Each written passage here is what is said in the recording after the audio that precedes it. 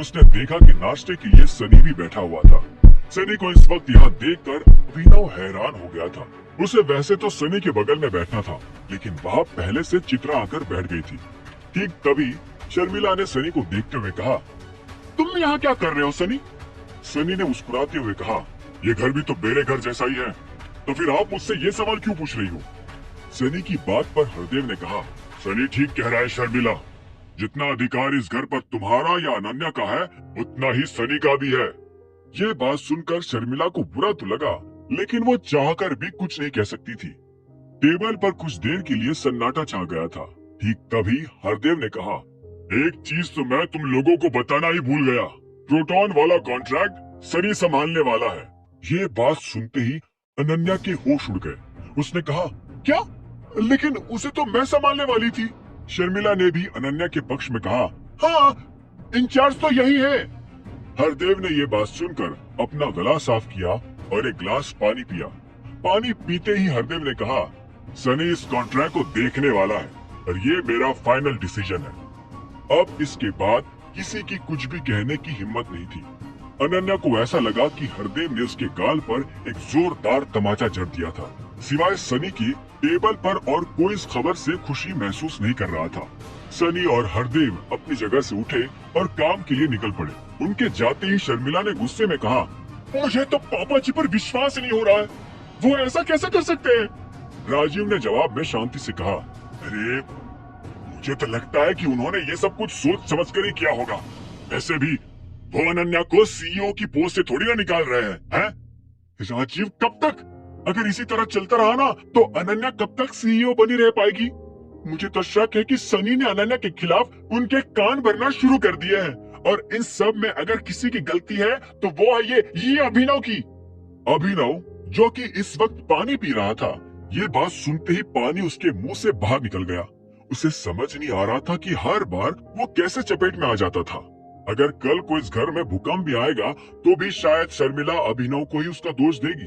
इससे पहले की बात और आगे बढ़ती, अभिनव अपनी जगह से उठा और सफाई देने की बजाय बोला, मैं चलता हूँ, बाय।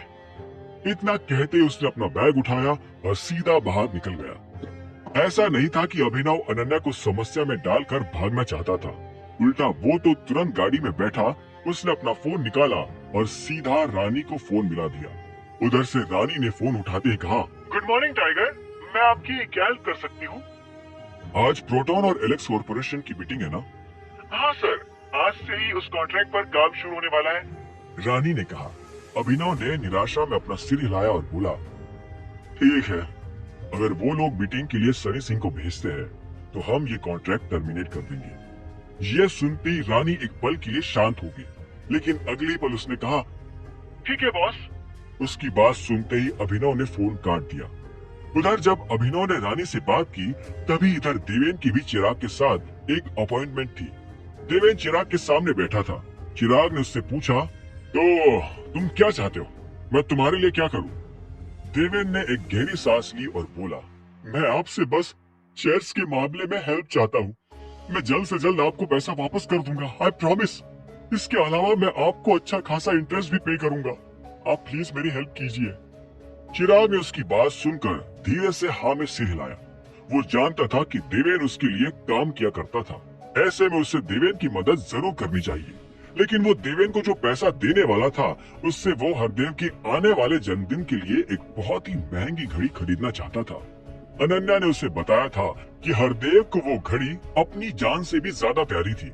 लेकिन इधर देवेन के मुंह से ब्याज की बात सुनकर चिराग का मन डोल गया था। उसे समझ नहीं आ रहा था कि वो क्या करे। अब आगे क्या होने वाला था? क्या चिराग देवेन की मदद करेगा? जिस समस्या में अभिनव ने देवेन को फंसाया था, क्या अभिनव उसमें से देवेन को इतनी आसानी से बाहर आने देगा? और क्या अनन्या कभी जान पाएगी कि अभिनव उसकी पीठ पीछे उसके लिए क्या कुछ कर रहा था? और कहाँ जा रही थी अभिनव और चाहत की रिश्ते की गाड़ी?